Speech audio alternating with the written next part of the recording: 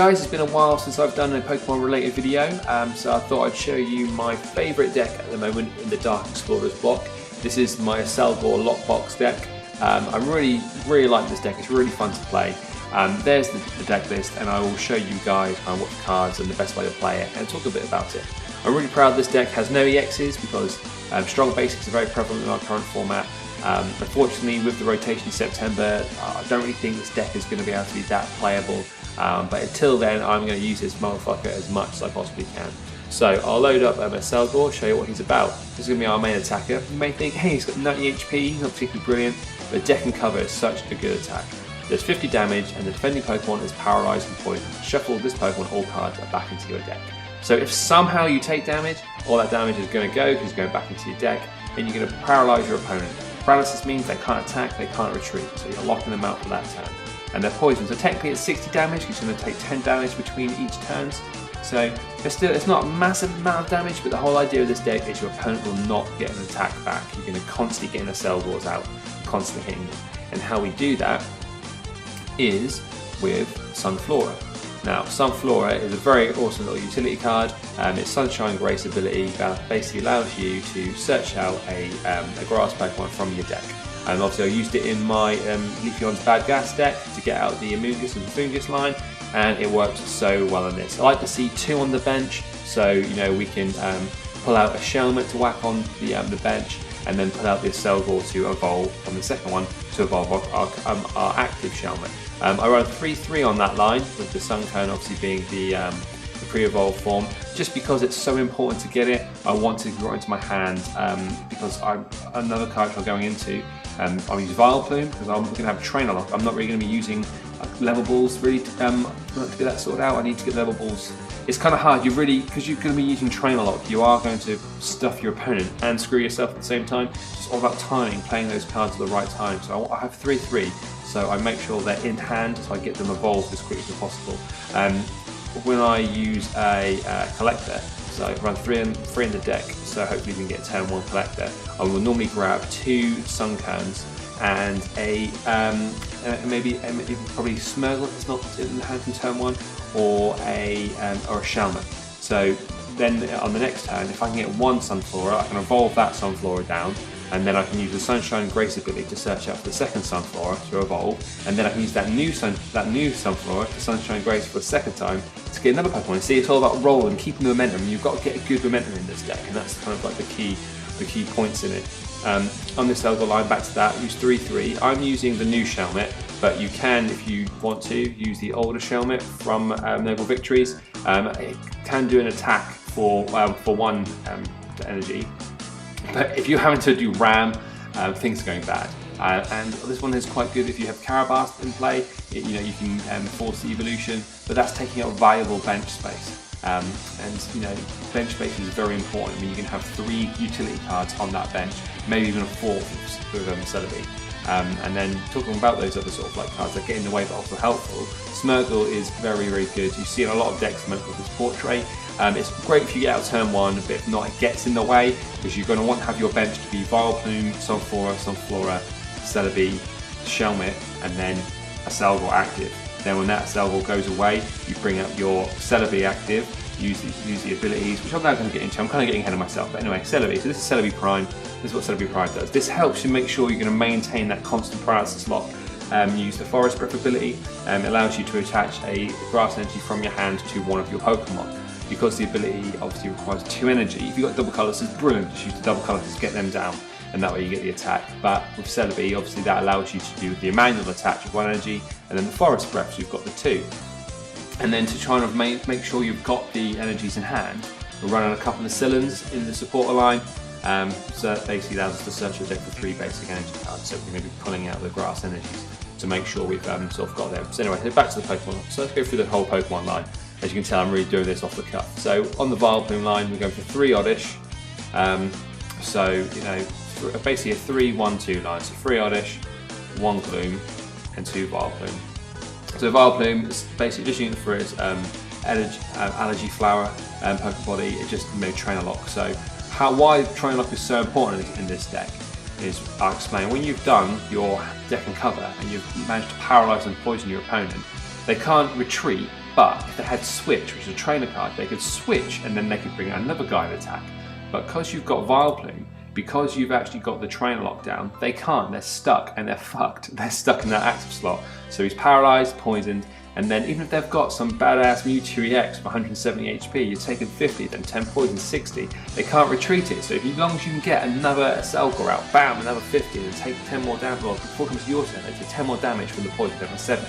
Bam, you hit them for 50. So that's going to put them onto 120. Then they take another 10 poisons. So you see, you know, it's slowly chipping away, but your opponent's going to have dead hands. They're going to be drawing into cards. They're going to play, maybe playing sort of like PONTs or Junipers or whatever, but they aren't going to be able to attack you back. And you know, you're sitting comfortable, you're sitting happy, and you're going to get 2 prizes off this as well. So it's going to be very good. The downside of the deck is on that point when you've taken a prize, you've done a deck and cover, and now your opponent is ready to do a retaliatory strike, and they're going to hit you back with a Pokemon, and you've basically got to throw something to the wolves. And that's another reason why we run the 3 of the Celebi, just because, you know, we only need 1 out at a time. You don't get more than 1 out. So if they've, you know, killed off, if I've knocked out their Mewtwo EX, deck and covered, I've stuck Accelgor back off the deck, I stick out Celebi, they're going to bring out, like, I don't know, whatever they're playing. Say they're playing Zekrom Eels, they're playing Zek Eels, okay? We've killed 1 Zekrom, because they've been sitting there for a few turns, they've actually built up another Zekrom EX. They cannot capture, that's why I don't use capture in this deck, because of the trainer locks, they can't capture out one of my valuable Pokemon, and they've just got to kill whatever I send forward. So if I have ran Smeargle, and I've got Smeargle out turn 1, it's done its job, it's helped me portrait, helped me get things set out. Hey guys, you can kill Smeargle, that's fine, take a prize. But the cool thing is the prize trade. You're fighting against EXs, you've taken 2, they're only going to take 1. If they're running EXs, you've got to knock 3 of their guys out, and they've still got to knock 6 of your guys out. So although your attack's going to take more time, as long as you're careful how you play the cards, you've got them locked out, you are going to win the game. And then there's a few other things in the supporter trainer line that kind of help us to make sure, maintain, you know, we are going to win. If things are going bad and we've lost the first prize, which sometimes I like to lose the first prize, I'm running 3 twins, and what am I going to grab? I'm just going to grab a DCE and another twins, and left because I'm very rarely going to get a 1-hit KO. So I'm going to want to put a DCE on my active Shelmet to turn it into a Accelgor. And then my next turn I'll twins again, get another DCE. Maybe rolling twins. I mean, some people may argue that rolling twins is not fully using the benefit of twins, because as you see the card here, you use this card, you only use twins if you've got more prizes if you're losing, and you get to pick any 2 cards. So sometimes I may just pick 2 DCEs and hope I draw in for another twins, because I am running quite a good support line. We're running 3 Professor Juniper, and now Juniper is great, discard your hand and draw 7. So as long as you played your hand out, that's good. If not, you know, you might have to get rid of some cards that you need, but that's another good reason why we have more on the lines, so we can sort of like burn them away. And also, if the battle's gone on for sort of a longer time, and we've got them locked, we're only dealing with a little bit of damage, we're drawing cards. You know, I could start drawing, what I'll do is I'll Sunshine Grace, sort of like the other Sunflora or the other Sunkern lines, get them out of the deck so I'm not going to draw into them, which is the last thing you want to do when you really want to get an energy is draw into a fucking Sunkern. So make sure every turn you use Sunshine Grace. Every single turn you need to pull out Leaf Pokemon, Grass Pokemon, even if you don't need them. So that way, when you've got sort of things set up and you're doing well, and you have this hand of cards you're not going to use, you can then Juniper all that crap away and get another 7 card. A lot of the time I do nearly deck myself in this deck because the battles are quite long, but you know, it's a great support card and a lot of decks use it. Also, got 3 on the PONT line, Professor Oak's New Theory. I do always prefer it over Juniper, but at the same time, you know, you can put cards back into your deck that you don't want, and you might draw them at a game. Whenever I play Vanguard, don't you guys know much about Vanguard? Maybe I'll try and put some Vanguard on my channel. On your mulligan, you're allowed to put sort of like cards back into your deck and then draw that many cards back. Literally 90% of the time, the cards I put back in, I shuffle my deck like a motherfucker and I get those cards back. So that's why POAT may not necessarily be that good, but I mean, I love Professor Oak. He's the granddad of Pokemon exploration. He's a beast. So like I say, back onto the trainer line. So we are using 3 rare candy because it is imperative we get a Vileplume set up as quickly as we can. And you may be thinking, why the hell are you using 2 Liverpool when you've got trainer lock? That is to make sure we definitely get a Sunflora out. So if we're sitting on a couple of Sunkerns on the bench, we get a level ball, bam, we use that level ball, we get out a Sunflora, we can then Sunshine Grace for another Sunflora, and we get the ball rolling. It's just to help get the ball rolling. You know, if I draw into it later on, then it's a bit of a dead draw, but at least we can sort of Juniper it away or whatever. Other cards we use as well. Yeah, that's pretty much all the cards. I don't use Super Rod because obviously, you know, I'm trainer locking, and I don't use. Argument is that I could maybe use a card called what's it called? It's a Flower Shop card, isn't it? Flower Shop Lady. Let me just load up Flower Shop Lady so I can show you what Flower Shop. So I could maybe use this card. You search your discard pile for three Pokemon and 3 basic energy cards. So things are going bad, but then the way I see it, if things are going that bad, it's going to be very hard to pull the game back. You know, it's all about knowing when to play cards and playing them at the right time. I will hopefully try and get a video up with you guys where I show you the best way, the best time to do stuff, and you know, making sure you're always using Sunshine Grace, you're always getting cards out, knowing what cards to give away in the prize war. There has been times before where I've let them have. I've had a Sunkern and a Sunflora in my hand, and I've let them kill a Sunflora. Like I've knocked out on their Pokemon, and I now got that prize trade. I give one of my Sunfloras, and then I can always evolve. You know, because I've got 3/3 on that line, I can always then evolve it again. So it's very hard deck to play. You have to be very strategic. It's quite very similar to if you play blue in Magic the Gathering. You really got to think forward a lot. And I just checked out that artwork. I thought that was just a Squirtle, a mean ass looking Squirtle, but it's actually just a watering can. But look at that Widow is like, what the fuck is that Squirtle? What the fuck is that? Look at his face, he's so confused, he's so scared of that crazy Squirtle. Don't worry dude, it's only a watering can, that ain't gonna hurt you. But anyway, so that's the deck, they're the cards. I hope you guys enjoyed the video. Like, subscribe, do your thing, and I will hopefully get some matches up, but I'm a busy man. So catch you later, bye.